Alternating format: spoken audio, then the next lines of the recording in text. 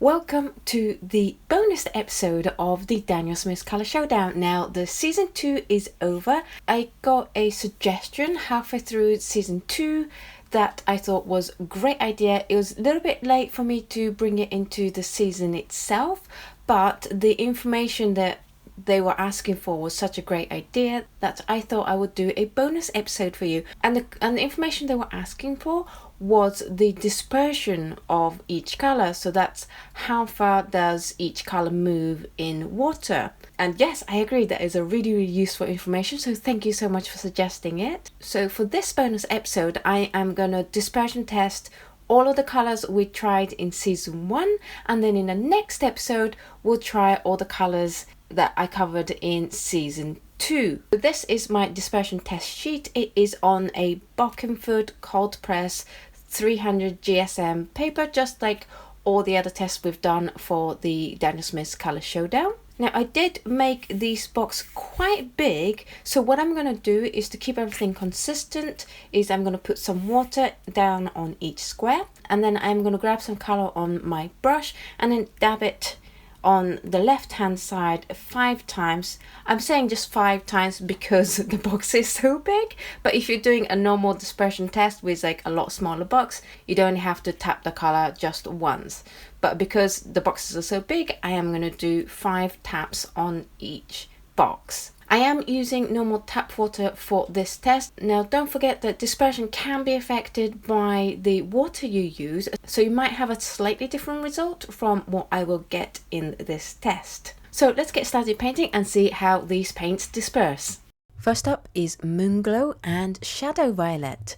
This was the comparison that started it all, and the Moonglow doesn't move much at all, whereas the Shadow Violet does have some movements in the dispersion. And when they're dry, the Shadow Violet does have some dispersion that happens later on as it dries, and it almost catches up to the Moonglow. Next up is Green Apatite Genuine and Undersea Green, and as you can see, the Green Apatite Genuine likes to go very far. The Undersea Green does so as well. The two colors dry very differently. The Green Apatite Genuine leaves this core of the darker color with the green color spreading further, whereas the Undersea Green tends to stay just one color. Next up is Rose of Ultramarine with Imperial Purple, and they are both made out of the same 2 pigments. However, they do kind of behave slightly differently. When they're dry, as you can see, the Rose of Ultramarine kind of dries nicely, disperses nicely, whereas I'm not quite sure what happened with the Imperial Purple, but if you want a lot of dispersion work, then I would recommend using the Rose of Ultramarine. Next up is Phthalo Turquoise and Ultramarine Turquoise. Phthalo Turquoise is a slow mover, but it does move somewhat. However, the Ultramarine Turquoise really likes to go and gets right to the end of the color chart. By the time they dry, they both disperse just as much as each other. It's just that the Ultramarine Turquoise tends to spread much faster at the beginning. Next is Perylene Maroon with Perylene Violet, and the Perylene Maroon loves to disperse very fast and very far, whereas the Perylene Violet is a little bit more shy, and you can really see that when it dries, with the Perylene Maroon going all the way to the other side, whereas the Perylene Violet only went halfway through the dispersion chart.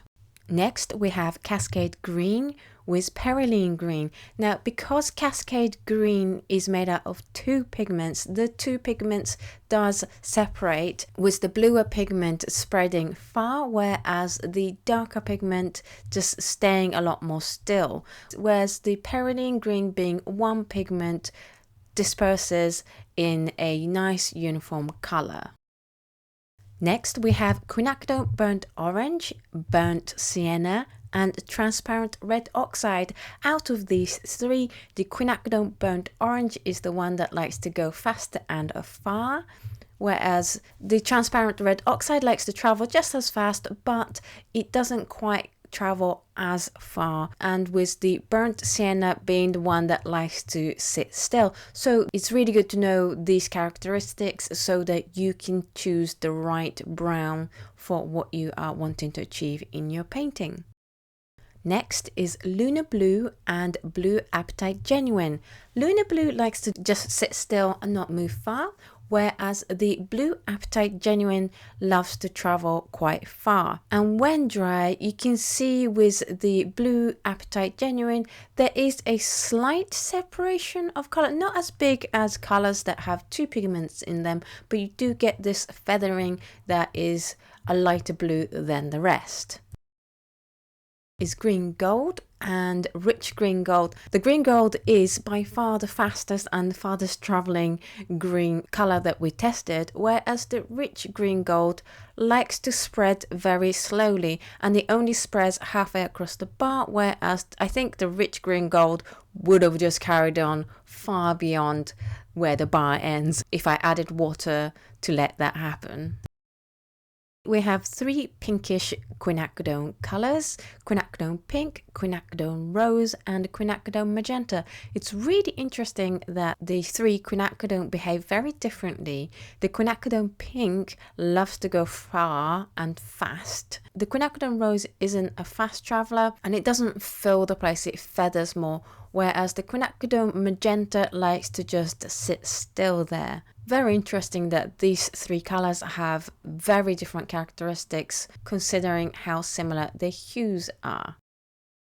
So that's it for the dispersion test of Daniel Smith Color Showdown Season 1. What did you think about how the colors behaved? Were there any colors that were a surprise to you about how well or not so well they dispersed? Do let me know in the comments below.